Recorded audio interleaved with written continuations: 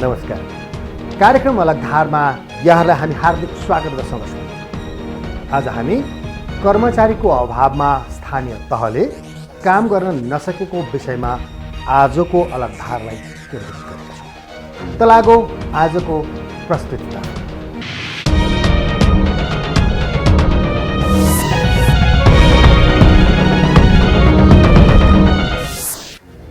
अब आजको प्रस्तुति दर्शक, आर्थिक वर्ष सकिन अब केही दिन मात्र बाँकी छ, तर देशका अधिकांश स्थानीय तहले आफूसँग भएको बजेट र योजनाहरू पुरा गर्ने स्थिति देखिएको छैन। दर्शक, बजेट फ्रिज हुने सम्भावना बढेको छ। योजनाहरूमा ठेक्का त परेको कुरा सम्झौता नै हुन सकेको छैन। दर्शक, विकासका काम नहुँदा जनआक्रोश बढ्दो छ। सर्लाही स्थित धनकोल गाउँपालिकामा यसको उदाहरण बनेको छ। त्यहाँ एक वर्षमा सक्न भनेर तर्जुमा गरिएको योजना मध्ये 90% योजनाहरू काम नै हुन सकेन। काम त के कुरो, सम्झौता नै हुन सकेन। दर्शक, कारण बन्यो कर्मचारी अभाव। बाँकी यो रिपोर्ट। विकास निर्माणको काम 10% मात्र। स्थानीय सरकार पनि विकास खर्चमा फेल। देशमा कुल बजेटको 60% चालू खर्च र 40% पुँजीगत खर्चमा विनियोजन हुने गरेको छ। तर पुँजीगत खर्चको आधा हिस्सा पनि विकास निर्माणका कार्यमा खर्च हुँदैन। जनअपेक्षा अनुसार काम हुँदैन अनि सुरु हुन्छ असारे विकासको महारोग, जुन अहिले भइरहेको छ। विगतमा जस्तै सिंहदरबारबाट मात्र विकास सम्भव नभएकाले अहिले सार्वभौम अधिकार सहित प्रदेश र स्थानीय तहलाई बजेट बनाउने, त्यसको खर्च गर्ने, अनुगमन गर्ने जस्ता अधिकारहरू दिइएको छ। तर प्रदेश र स्थानीय तहले पनि आफू अनुकूल पैसा खर्च गर्न सकेका छैनन्। प्रदेश नम्बर 2 को सर्लाही जिल्ला त्यसको एउटा उदाहरण बनेको छ। यति बेला तपाईँ सर्लाहीको दक्षिण पश्चिम क्षेत्रमा पर्ने धनकौल गाउँपालिका पुग्नुभयो भने छक्क पर्नुहुन्छ। कारण हो, गाउँपालिकामा जनप्रतिनिधिहरू भए पनि यो गाउँपालिकाले चालु आर्थिक वर्षमा 90% योजनाहरू सम्झौता गर्न सकेन, अर्थात् अगाडि बढाउनै सकेन। चालु आर्थिक वर्ष 2075-76 सकिन 20 दिन मात्र बाँकी छ। यो 20 दिनमा गाउँपालिकाले 165 वटा योजना सम्झौता गरेर काम अघि बढाउनु पर्ने देखिन्छ, जुन असम्भव प्राय छ। 180 योजना के यहाँ भई, लेकिन वही मध्ये 25 गो योजना के समझौता हो गए, बाकी समझौता अभी तक नहीं हुए। गाउँपालिकाको अनुसार चालु आर्थिक वर्षका लागि 184 वटा विकास आयोजनाहरू तर्जुमा गरिएको थियो। त्यसमध्ये 19 वटा मात्र सम्झौता भएर ठेक्का लागे। यी मध्ये पनि कतिपय काम पुरा भएको अवस्था छैन। कारण चाहिँ यस्तो रहेछ, यहाँ कर्मचारी एको गो न है, मात्र एगो कर्मचारी हम स्वास्थ्य चौकी से लेले छी, एगो गाउँपालिका से अपने करार पर राखले छी। सरकार यहाँ कर्मचारी देले न है।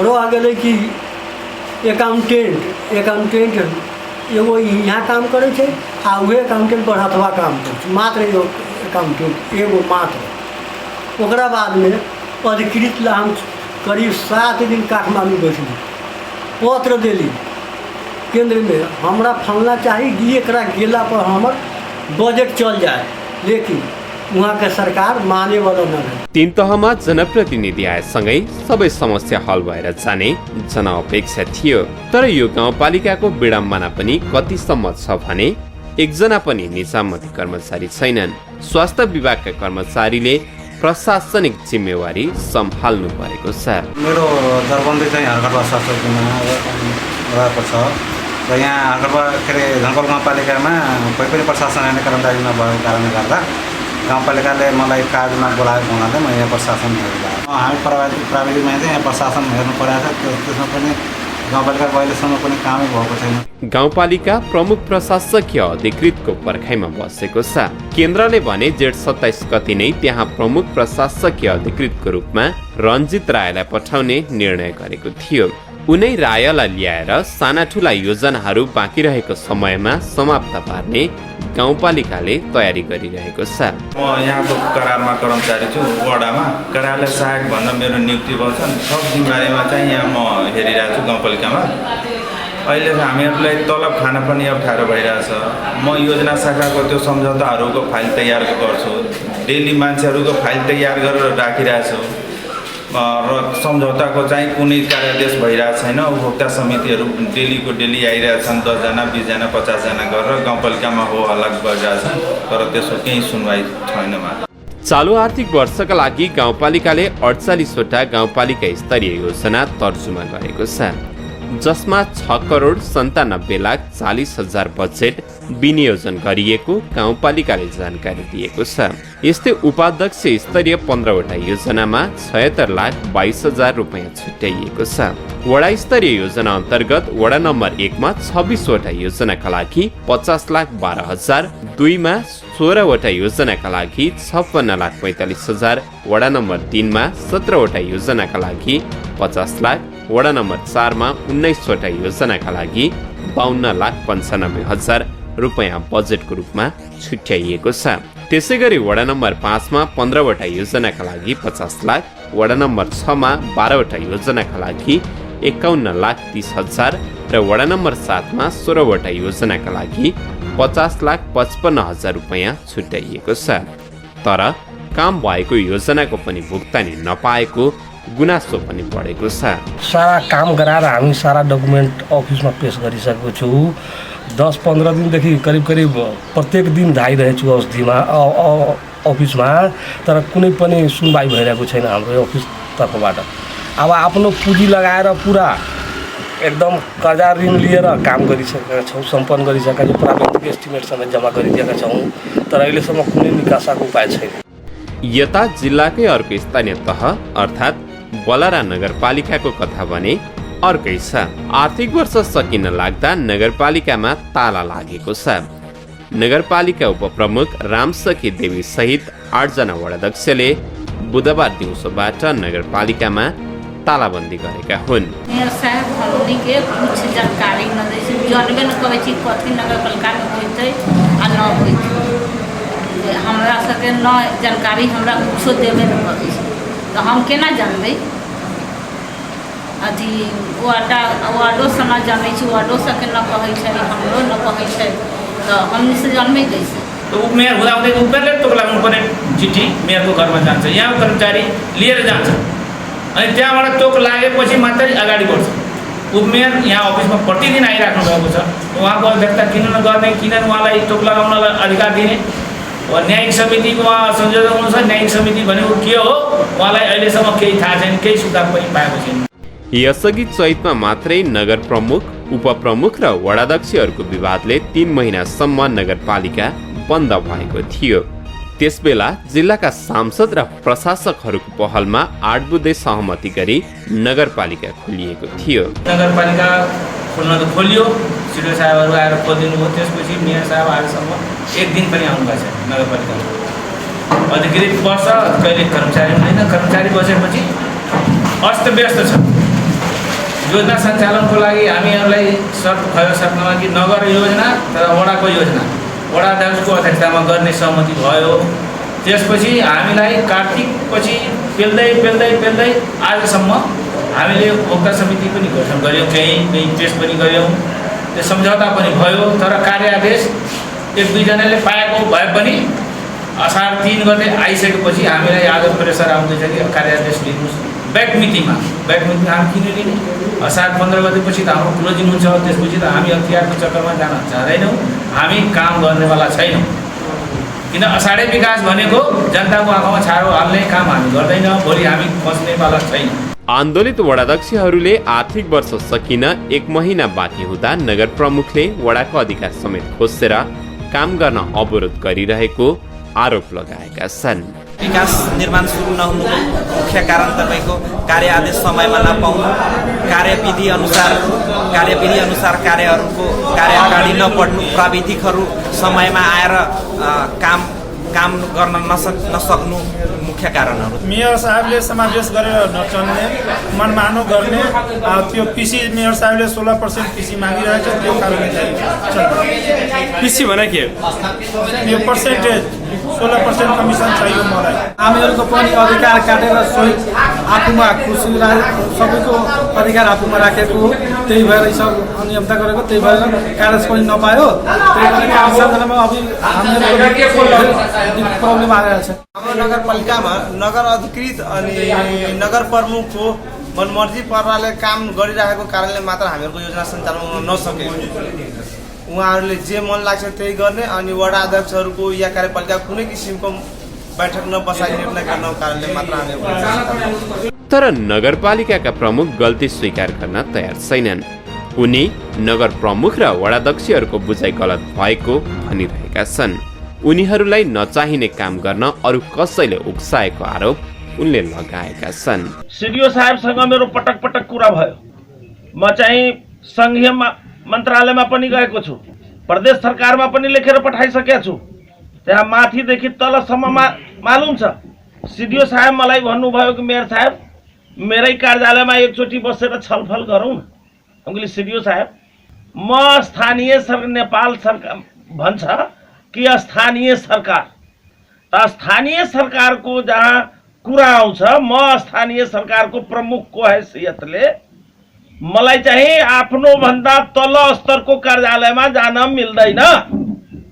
मेरो नगरपालिका तपाईँ खोल्न लगाउनुहोस्, त्यहाँ बरु तपाईलाई पनि बोलाउँछु, वडा कार्यालय नगरपालिका खोल्नुहोस्, त्यहाँ छलफल गर्नुहोस्। जे हुन्छ मेयर कहीँ गल्ती गरेछ, अब गल्तीको सजाय दिने को? उहाँहरूले अख्तियार दुरुपयोगमा निवेदन दिनुभएको छ, राज्य व्यवस्था समितिमा दिनुभएको छ, प्रधानमन्त्री कार्यालयमा दिनुभएको छ, संघीय मामला मन्त्रालयमा चाहिँ उहाँले दिनुभएको छ। छानबिन अख्तियार दुरुपयोगमा छ। छानबिन हुन्छ, मेयर दोषी भए जे जान्छ, मेयर दोषी छैन भने को जान्छ? प्रमुख, उपप्रमुख तथा वडाध्यक्षको झगडाले स्थानीय जनता भने मर्कामा परेका छन्। दैनिक प्रशासकीय काम र विकासका काममा नराम्ररी प्रभाव परेको छ। यता समयमै योजनाको सम्झौता र ठेका लगाउन नसक्दा विकास निर्माणको काममा प्रभाव परेको छ, जसले स्थानीय जनतामा नैराश्यता छाएको छ। यो सर्लाहीको एक उदाहरण मात्र हो दर्शक। कर्मचारी अभाव देशका स्थानीय तह जताततै देखिएको छ दर्शक। कर्मचारीको अभावमा बजेटलाई चलायमान बनाउन सकिएको छैन, पुँजीगत खर्च हुन सकेको छैन दर्शक। लोकसेवा आयोगले खुलाएको विज्ञापन पनि राजनीतिक खिचातानीले प्रभावित परिरहेको छ। जनप्रतिनिधिहरूको आपसी विवादले काम गर्न अझै समस्या परेको महसुस भइरहेको छ। जनताले भने अहिले दुःख पाइरहेका छन्। बाँकी यो रिपोर्ट मार्फत विकासमा जनसहभागिताको उपेक्षा, कर्मचारी अभावमा स्थानीय विकास अलपत्र। स्वायत्त स्थानीय तहले पेश गरेको नीति तथा कार्यक्रम, ल्याएको बजेट र गरेको विकास निर्माणले जनभावनालाई समेट्नु पर्दछ। संघीयताको अभ्यास जनता रिजाउन र रोकिएको विकास कार्यलाई सम्पादन गर्दै राज्य सञ्चालनमा जनसहभागिता बढाउनु हो। तर यो सर्लाहीमा मात्र होइन, देशका धेरै स्थानमा कर्मचारी समायोजन हुन नसक्दा बाधक बनिरहेको छ। संस्थागत संरचना जुन संघीयताको गऱ्यौँ हामीले, त्यसमा प्रिपरेसन राम्रोसँगले गर्नु पर्थ्यो। कसैलाई सन्तुष्ट गर्नलाई, कसैको नारालाई परिपूर्ति गर्नको लागि हामीले ल्याएको जस्तो लाग्छ अहिले मलाई। प्रिपरेसन गरेर ल्याएको संहिता नराम्रो आफैमा होइन। पहिलो नम्बर त मेरो रिजर्भेसन के हो भने हाम्रो जस्तो सानो कन्ट्रीमा संहिता चाहिन्थ्यो कि चाहिँदैन थियो। जिल्ला विकास समितिलाई जुन पहिलेका थिए तिनीहरूलाई नै सक्षम बनाइरहेको थियौँ हामीले। त्यसलाई कर्मचारीको आपूर्ति गर्दै त्यसलाई सक्षम बनाइदिएको भएर स्थानीय सरकारसँग जस्तै नगरपालिका र गाउँपालिकासँग त्यो लिङ्क राम्रो गरिदिएको भए थियो, त्यो सक्सेसफुलै हुन्थ्यो। र स्थानीय कर्मचारीको जुन नियुक्तिको प्रक्रिया छ हाम्रोमा, त्यो स्थानीय कर्मचारी नियुक्ति प्रक्रियामा पनि स्थानीय सेवा आयोग गठन गर्ने भनेको थियो। त स्थानीय सेवा आयोग पनि हाम्रो पार्लियामेन्टमा बिल बसेपछि छ, अहिलेसम्म पार्लियामेन्टबाट बिल आएको छैन। गर्ने कसले त? लोकसेवा आयोग त गर्नु पर्यो। तपाईँ जनतालाई सर्भिस डेलिभरी गर्नलाई त रोक्नु भएन। जबकि धेरै जसो काम अहिले संविधानमा हेर्नु भने त्यो स्थानीय सरकारलाई जिम्मा दिएको छ। अब त्यो काम कसले गर्ने त? कर्मचारी भएन भने पोलिटिसियनले गर्यो भने त भोलि उसलाई पनि लिगल एक्सन हुन्छ, किन जसले गर्नुपर्ने त्यसले गर्नुपर्ने काम हुन्छ त्यो त। त्यस कारणले यो चाहिँ बडा विडम्बना छ। अर्को कुरा, कर्मचारीको हकमा पनि के छ भने पहिलो नम्बर त तपाईँ हामीले राजनीतिक नेतृत्वले वातावरण बनाइदिनुपर्छ कर्मचारीलाई काम गर्ने। कर्मचारी भनेको के भने सेक्युरिटी खोज्छ उसले पहिलो नम्बरमा, अनि मात्रै काम गर्छ। पोलिटिसियनहरूले चाहिँ सेक्युरिटी प्रदान गर्नु, पोलिटिसियनलाई सेक्युरिटी दिनुपर्छ भन्ने छैन, आफूले भिड्छन् उनीहरू। तर कर्मचारीको एउटा प्रायर ऊ चाहिँ के हो भने सेक्युरिटी मलाई चाहियो अनि काम गर्न जान्छु भन्छ। मलाई लाग्छ कतिपय ठाउँमा हामीले वातावरण सिर्जना गरेर कर्मचारी पिटेको अब तपाईँ 2 नम्बर क्षेत्रमा भन्नुहोस् न, तपाईँ सचिवलाई नि मुख्य सचिवलाई नि पिटिदियो, मन्त्रीले भनेको मानेन, कर्मचारीले भनेर पिटिदिने। अब यस्ता यस्ता भयो भने तपाईँको कानुनले पिट्नुहोस् न, फिजिकली पिट्नु त पाइएन नि। नीति तथा बजेट जनप्रतिनिधिहरूले विज्ञ राखेर तय गर्ने हो। सेवा गर्ने कार्यमा अहम भूमिका कर्मचारी तन्त्रको हुन्छ। उनीहरू स्थायी सरकार पनि हुन्। तर विडम्बना राज्यले कर्मचारीहरूलाई प्रत्येक स्थानीय तहसम्म पुर्याउन सकेको छैन। पहिलो नम्बर त हामीले स्थानीय स्तरको सरकार बनाउँदाखेरि नै कर्मचारी कति चाहिन्छन्, कस्तो किसिमको चाहिन्छ भन्ने एसेसमेन्ट हुनुपर्थ्यो। मलाई लाग्छ त्यो हामीले एसेसमेन्ट गरेनौँ। एकदमसँगले इजिली लियौँ हामीले चाहिँ स्थानीय सरकार बनाइदिए हुन्छ, चुनाव भए हुन्छ। तर चुनाव भएर पोलिटिकल नेतृत्वले त काम गर्दैन, काम गर्ने त कर्मचारी हो। पोलिसी बन्छ माथिबाट, तर इम्प्लिमेन्टेसन गर्ने कर्मचारी नै हो। त्यो एउटा समस्या भयो। दोस्रो नम्बरमा स्थानीय सरकारको कर्मचारी भनेको स्थानीय स्तरमा के कस्ता कामहरू हुन्छन्, के कस्ता योजनाहरू छन्, त्यो योजनालाई इम्प्लिमेन्टेसन गर्ने कस्तो मान्छे चाहिन्छ, के कुराहरू प्राथमिकता दिएर स्थानीय सरकारले काम गरेको छ, त्यसको आधारमा कर्मचारी माग्नुपर्ने हो। मलाई लाग्छ त्यो हाम्रो एसेसमेन्ट नै गरेका छन् हामीले। कस्ता किसिमका कर्मचारी चाहिन्छन्, कहाँ चाहिन्छ, कति किसिमका क्वालिफिकेसन भएको चाहिन्छ, त्यो नै गरेकै छैन। स्थानीय तहमा निर्वाचन भएर जनप्रतिनिधि आएको 2 वर्ष बितिसक्दा पनि कर्मचारी समायोजन हुन नसक्दा 20 वर्षभन्दा लामो समयदेखि थाँतिरहेको विकास निर्माणका कामहरू हुन सकेका छैनन्। लोकसेवा आयोगले भर्खरै खुलाएको विज्ञापनमा पनि विवाद परेको अवस्था छ। समायोजन गरेर अब नपुगेका कर्मचारीहरू मागेको हो हामीले। अब त्यो समायोजन गरेर मागेका कर्मचारीहरूबाट नपुग भए जस्तो लोकसेवा आयोगले नै माग्ने हो। मैले नै सजेसन दिएको लोकसेवा आयोग अध्यक्षलाई, तपाईँले टोटल इन्टरभ्यू एडभर्टाइज गर्नुहोस्, तपाईँबाट दिएका कर्मचारी चाहिँ निष्पक्ष पनि हुन्छन् भनेको। तर दुर्भाग्य के भने पोलिटिकल रङ दियो त्यहाँ पनि, किनभने लोकसेवा आयोगले गर्ने त समानुपातिकबाटै गर्छ, गर्नु त त्यो छोड्ने कुरै आउँदैन। उसले रिजर्भेसनको जुन पोलिसी छ संविधानमा लेखेको, त्यो रिजर्भेसन पोलिसी छोड्न मिल्दैन। तर हामीले के गरिदियौँ भने त्यसलाई पनि त्यो अब मलाई लाग्छ तराईका केही नेताहरूलाई चाहिँ त्यसमा पनि केही चाहिँ देखियो होला ठाउँ आफ्नो राजनीति गर्ने र चाहिँ त्यसलाई पनि रोक्नुपर्छ भनेर गरे। समस्या लोकसेवा आयोगले खुलाएको विज्ञापनमा राज्य सेवा समितिले निम्त्याएको ठम्याई प्रशासनविदहरूको छ। राज्य व्यवस्था समिति आयो यहाँ, मलाई त्यो अचम्म लाग्यो। संविधानले निकायले गरेको काममा राज्य व्यवस्था समितिले आएर रोक्ने, यसो गर भन्ने त अधिकार हुँदैन त्यहाँ त। राज्य व्यवस्था समिति भनेको निर्देशन दिने त हो, तर पार्लियामेन्टमा थ्रु दिनुपर्छ, मिनिस्टर थ्रु दिनुपर्छ। डाइरेक्ट आफूले इम्प्लिमेन्टेसन गर्ने मन्त्रालय किन चाहियो, विभाग किन चाहियो? चाहिँदैन। त्यस कारणले यहाँ पनि केही न केही हाम्रो रोल डिफ्रेन्सिएसन गर्न सकेको होइन कि हाम्रो संवैधानिक निकायका संस्थाहरूले पार्लियामेन्टको रोल के हो, पार्लियामेन्ट्री कमिटीको के हो, त्यस पछाडि लोकसेवा आयोगको के हो, पोलिटिकल पार्टीको रोल के हो, जनताको रोल के हो। हरेक ठाउँमा पोलिटिकल पार्टी र जनताले नारा लगाउने अनि त्यो अनुसारले संवैधानिक निकायले काम गर्न सकेन भने कसरी काम हुन्छ? हुँदैन। त्यसमा अहिलेको समाधान भनेको के भने लोकसेवा आयोगले जुन विज्ञापन गरेको छ त्यो विज्ञापनलाई कायम राख्नुपर्छ र अहिले तत्काल त के हो भने सङ्ख्यामै पूर्ति गर्नुपर्यो। कतिपय ठाउँमा स्थानीय सरकारमा कर्मचारी छँदै छैन, 1 2 कर्मचारी छन्, जबकि एउटा वार्डबाट जाँदा अर्को वार्डमा जानलाई तपाईँको 2 दिन पनि लाग्ने यस्ता ठाउँहरू छन् नेपालमा। त्यसको लागि चाहिँ हामीले कमसेकम भएको कर्मचारीबाट सम्भव भएन भने अब लोकसेवा आयोगले विज्ञापन लिएर त्यो पूर्ति गर्न दिनुपर्थ्यो। त्यसबाट स्थानीय सरकारले आफ्नो चाहिँ टोटल स्टडी गरेर कस्ता कर्मचारीहरू चाहिन्छन् भनेर अनि फोरकास्ट गरेर लोकसेवा आयोगलाई दिए, जसलाई दियो, जसलाई दिने हो, जिम्मा दिएर एडभर्टाइज गरे भए हुन्थ्यो जस्तो लाग्छ मलाई। सङ्घीय राज्य प्रणालीमा केन्द्र सरकारको काम समन्वय गर्ने हो, ठुलो योजना ल्याउने हो, प्रदेश तथा स्थानीय तहलाई सेवा गर्ने वातावरण बनाइदिने हो। तर हामी कहाँ केन्द्रले केन्द्रीकृत मानसिकता नै त्याग्न सकेको अवस्था छैन। केन्द्रको चाहिँ बानी के हो भने पहिले केन्द्रले सबै चलाएको हुनाले कर्मचारी तन्त्रमा त्यो केन्द्रीयकरणको बानी बढी छ र स्थानीय सरकार निर्माण गरेपछि स्थानीय स्वायत्त शासन हो नि। अहिले त हाम्रो स्वायत्त शासनको परिभाषाभित्र केन्द्र आउन सकेका छैन। पहिले त हामीले स्थानीय निकाय चलाएको नि, स्थानीय सरकार होइन। अहिले त हामीले स्थानीय सरकार चलाएको छ। त्यस हुनाले दुईटाको बिचमा डिफ्रेन्स गरेर जबसम्म केन्द्रले निर्माण गर्दैन तबसम्म कन्फ्युजन भइरहन्छ। मलाई चाहिँ केही दिन प्र्याक्टिस गरेर पनि आउँछ होला जस्तो लाग्छ। प्र्याक्टिस गरेर पनि केही सिक्न सकिन्छ। यसमा नितान्त केन्द्रको केही स्वार्थ देखिन्छ कि केन्द्रले चाहिँ जाने बुझेर यसो गरेको देखिन्छ कि होइन केन्द्र पनि आफै रणभुल्लामा परेको? केन्द्र आफै पनि कन्फ्युज जस्तो देखिन्छ। केही चाहिँ कर्मचारीहरूको केन्द्रमा बस्ने कर्मचारीहरूको नियन्त्रणको पकडमा राख्नुपर्छ भन्ने धारणा चाहिँ पक्कै हो। केन्द्रमा बस्ने कर्मचारीहरूले यो चाहिँ स्थानीय सरकारले दियो भने हाम्रो अधिकार कम हुन्छ खसिन्छ भनेर त्यो पक्कै पनि हो। तर धेरै जसो काम चाहिँ अब अलिकति नबुझेर पनि छ जस्तो लाग्छ मलाई। जनप्रतिनिधिहरू त्यसै पनि राज्य व्यवस्था बुझिसकेको अवस्थामा छैनन्। सुगम क्षेत्रमा अलिक सहज होला, तर दुर्गमका स्थानीय तहमा अझै पनि दैनिक प्रशासनिक कार्य कसरी सञ्चालन गर्ने हो, आफ्ना संवैधानिक अधिकारहरू प्रयोग गर्ने हो, उनीहरूलाई थाहा छैन। त्यसमाथि आपसी झगडा अर्को मसला त छँदैछ। हाम्रो कर्मचारी तन्त्र पनि त्यति सबल छैन। कर्मचारी तन्त्र आफै कमजोर छ र त्यही पनि त्यो कमजोर तन्त्र पनि उपस्थिति नहुँदाखेरि स्थानीय सरकारमा त्यो के भइदियो भने राजनीतिक नेताहरूले आफू खुसीले तोक लाउने, आफू खुसीले निर्णय गर्ने। अब म सुन्दैछु वडाध्यक्षले डोजर किन्ने, उपाध्यक्षले डोजर किन्ने, त्यसरी ठेक्का आफैले लिने, यस्ता किसिमको काम पनि भएर जो कि तपाईँको नीति र प्रिन्सिपलकै विरुद्धमा हो। यो गुड गभर्नेन्स चाहिँ किन भन्छन् देशो? गुड गभर्नेन्स भनेको त नारा त सबै लाउँछन् तर कति बुझिया छन् मलाई थाहा छैन।